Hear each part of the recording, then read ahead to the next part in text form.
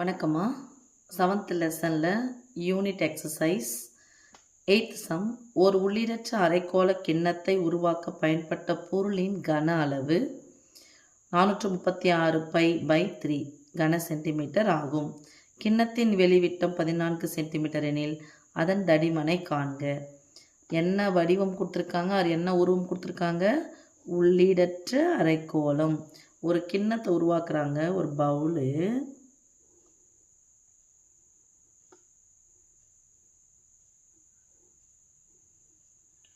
இந்த உள்ளீடற்ற அரைக்கோள கிண்ணத்தை உருவாக்குறதுக்கு பொருள் பயன்படும் இல்லையா, அதனுடைய கன அளவு கொடுத்துட்டாங்க. அப்போ எதனுடைய கன அளவு? உள்ளீடற்ற அரைக்கோளத்தின் கன அளவு. உள்ளீடற்ற அரைக்கோளத்தின் கன அளவு. இங்கேருந்து மையப்புள்ளி இது, இங்கே இருக்கிறது சின்ன ஆரம் ஸ்மால் லெட்டர் ஆர், மையப்புள்ளியிலிருந்து பெரிய வட்டத்துக்குள்ளது கேபிட்டல் லெட்டர் ஆர். ஓகேவா? இப்போ எது தடிமன் அப்படின்னு சொன்னால் இதுதான் தடிமன். இந்த கேபிட்டல் லெட்டராக இருக்கும், ஸ்மாலாக இருக்கும், நடுவில் இருக்கு இல்லையா, இதுதான் தடிமன். இந்த தடிமன் எவ்வளோன்னு சொல்லிட்டு கேட்குறாங்க.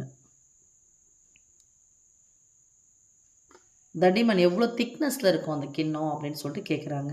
அப்போ நான் பெரிய ஆர்லேருந்து நான் சின்ன ஆரை கழிச்சிட்டேன்னா என்ன கிடைக்கும்? எனக்கு தடிமன் கிடைச்சிடும். அதுக்கு முன்னாடி உள்ளீடற்ற அரைக்கோளத்தின் கன அளவு எழுதிக்கலாங்களா? உள்ளீடற்ற அரைக்கோளத்தின் கன அளவு ஈக்குவல் டு, அரைக்கோளம்னு சொன்னாவே 2/3 pi into capital R cube minus small R cube கன அலகுகள். இப்போ உள்ளீடற்ற அரைக்கோளத்தின் கன அளவு உருவாக்க பயன்பட்ட பொருளின் கன அளவு இங்கே கொடுத்துட்டாங்க. என்னது? 436π/3 ஈக்குவல் டு, இந்த ஃபார்முலாவில் அப்படியே போட வேண்டியதான், இன்ட்டு பை இன்ட்டு இங்கே என்ன கொடுத்துருக்காங்கன்னா வெளிவிட்டம் கொடுத்துட்டாங்க. இங்கேருந்து ஃபுல்லாக இந்த மையப்புள்ளியின் வழியாக செல்லக்கூடிய மிகப்பெரிய நான் வெளிவிட்டம். நமக்கு தேவை ஆரம் தான் தேவை. அப்போ விட்டத்தில் பாதி ஆரம். அப்போது இதில் பாதி எவ்வளோ? 7 சென்டிமீட்டர். இங்கே பாருங்கள், யூனிட் கரெக்டாக பார்த்தோன்னா இது சென்டிமீட்டர், இதுவும் சென்டிமீட்டர். அப்போது விட்டம் கொடுத்துட்டாங்கன்னா எனக்கு ஆரம் வேணும். விட்டத்தில் பாதி ஆரம். அப்போ 14க்கு பதிலாக நம்ம என்ன போட போகிறோம்? 7 போட போகிறோம். இதுதான் கேபிட்டல் ஆர். என்ன விட்டம்? வெளி விட்டம். அப்போ வெளி ஆரம் capital R equal to 7 centimetre. அப்போ 7 கியூப் மைனஸ் ஆர் கியூப் போட்டுக்கலாமா? ஓகே. இப்போது இங்கேயும் பெருக்கல் பை, இங்கேயும் பெருக்கல் பை கேன்சல் பண்ணிக்கலாம். இங்கே வகுத்தல் 3, இங்கே வகுத்தல் 3 கேன்சல் பண்ணிக்கலாம். ஓரன் 2 நடுவில் பெருக்கல் இருக்குது, இங்கே எடுத்து போய் கேன்சல் பண்ணுங்கள். நடுவில் பெருக்கல், அதனால் கேன்சல் பண்ணுறோம். பெருக்கலாக இருக்க இந்த பக்கம் வந்துச்சுன்னா வகுத்தாக மாறும். இப்போ அப்படியே போட்டால் 2 2 4 பாதியை பிரிக்கிறோம். ஓரன் 2 மீதி 1 8 16 218 ஈக்குவல் டு 7 கியூப் எவ்வளோ சாமி? 343. 7 3 முறை போட்டு பெருக்கணும். 7 49 இன்ட்டு 7 9 63க்கு 3 மீதி 6 7 28 6 34. அதான் 7 கியூப்னு சொன்னால் ஃபஸ்ட்டு 3 போடுங்க. 3 கூட எதை கூட்டினா 7, 4 கூட்டினா 7, அகைன் 3 போட்டுருங்க, முடிஞ்சிடும். ஓகே. Minus R cube. எனக்கு என்ன தேவை? இப்போ ஆர் கியூப் இருந்தால் தான் தடிமனை கண்டுபிடிக்க முடியும். ஆறுனுடைய மதிப்பு எனக்கு மைனஸில் இருக்கக்கூடாது, ப்ளஸில் வேணும். ஸோ இந்த மைனஸ் ஆர் கியூப் இந்தாண்ட பக்கம் வந்தால் ப்ளஸ் ஆர் கியூபாக மாறும். இதுக்கு முன்னாடி குறியிலனா ஆகுதுன்னு அர்த்தம் ப்ளஸ். ப்ளஸ்ஸாக இருக்கிற 218 அந்த பக்கம் போனால் மைனஸாக மாறும்.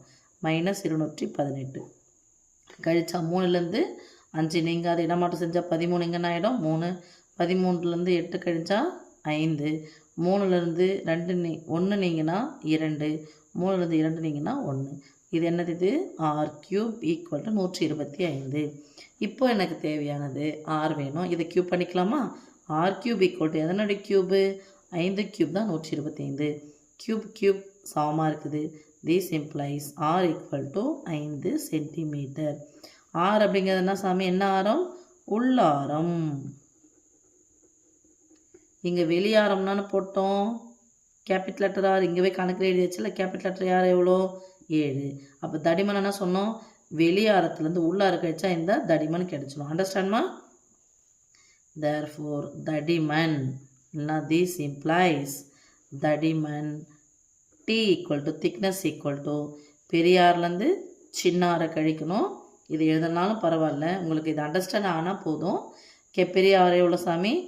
7. ஸ்மால் லெட்டர் ஆர் 5 கழிச்சா எவ்வளோ வருது? 2 சென்டிமீட்டர். ரைட்? அவ்வளோதான் சாமி.